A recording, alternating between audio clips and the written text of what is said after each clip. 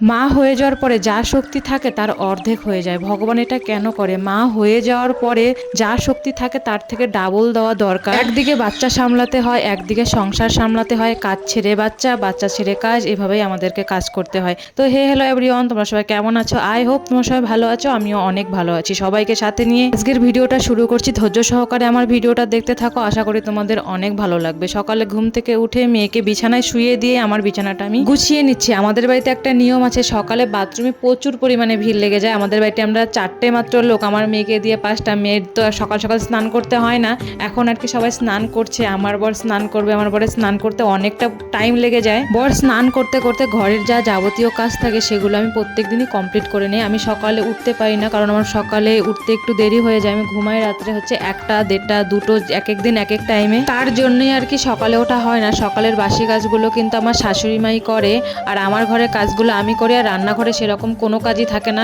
এক এক দিন রাত্রে শাশুড়ি মা করলে শাশুড়ি মা করে, এক এক দিন আমি করি। বাচ্চা মানুষ এক এক দিন এক এক রকম, ওদের কোনো টাইম টেবিল থাকে না। কোনো দিন দেখি আমার মেয়েকে এভাবে রেখে যায়, স্নান করে আস্তে আস্তেও ঘুমিয়ে যায়।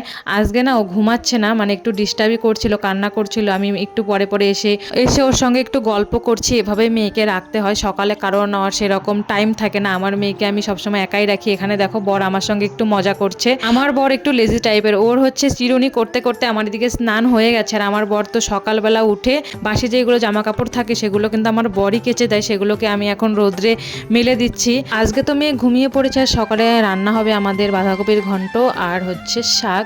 আমি এগুলোকে এখন কেটে দিচ্ছি। আর বাঁধাকপি কাটতে তো অনেকটা টাইম লাগে, আমি একটু তাড়াহুড়োই করছি। আর মেয়ে যদি ঘুম থেকে উঠে যায় তারপরে আমি আর কাজ করতেই পারবো না, তাই একটু তাড়াহুড়ো করেই কাটছিলাম। বাচ্চা হয়ে যাওয়ার পরে কোনো মাকেই কিন্তু আর যত্ন নেওয়া হয় না। বাচ্চা হওয়ার আগে যা যত্ন নেওয়া হয়, যখন বাচ্চা হয়ে যায় তখন আমরা মায়ের কথা ভুলেই যাই যে মাকেও যত্ন নিতে হবে। আমার মতে বাচ্চা হওয়ার আগে যেমন মায়ের যত্ন নেওয়া হয়, বাচ্চা হয়ে যাওয়ার পরেও মিনিমাম যদি 6টা মাস কেউ যত্ন নেয় তাহলে কিন্তু সে ঠিক হয়ে যায়, তারপরে কোনো কাজই করতে আর অসুবিধা হবে না। যেহেতু আমার বেবি বেশ ফিট করে, বেশিরভাগ টাইম কিন্তু ওকে আমি বসেই ফিট করাই। আমার ফিট করাতে করাতে পিঠে প্রচণ্ড পরিমাণে যন্ত্রণা শুরু হয়ে যায়। ঘন্টার পর ঘন্টা কিন্তু আমাকে বসে থাকতে হয়, তারপরে কাজগুলো করতে হয়। ও যখন ঘুমায় তখন আমি ভিডিও এডিট করি, এভাবেই কিন্তু আমার কাজগুলোকে আমি চালিয়ে যাচ্ছি। ভগবান এই জিনিসটা ভুল করে, বাচ্চা হয়ে যাওয়ার পরে একটা মায়ের ডাবল শক্তির প্রয়োজন, তখন তাকে অনেক শক্তি দিতে হয়, কারণ তাকে দুদিকটাই সামলাতে হয়। একদিকে বাচ্চা, একদিকে সংসার। নিজের কথা তো একটা মা ভুলেই যায়। একটা বাচ্চা রাখা যে কতটা কষ্টকর প্রত্যেকটা মাই হারে হারে বুঝতে পারে। কথাই আছে না, 10-এর লাঠি 1-এর বোঝা। যাই হোক, আজকে সুযোগ পেয়েছি তাই আর কি সকাল থেকে ভিডিওটা তোমাদের সাথে আমি শেয়ার করতে পারলাম। দেখতেই পারলে আমি সকাল থেকে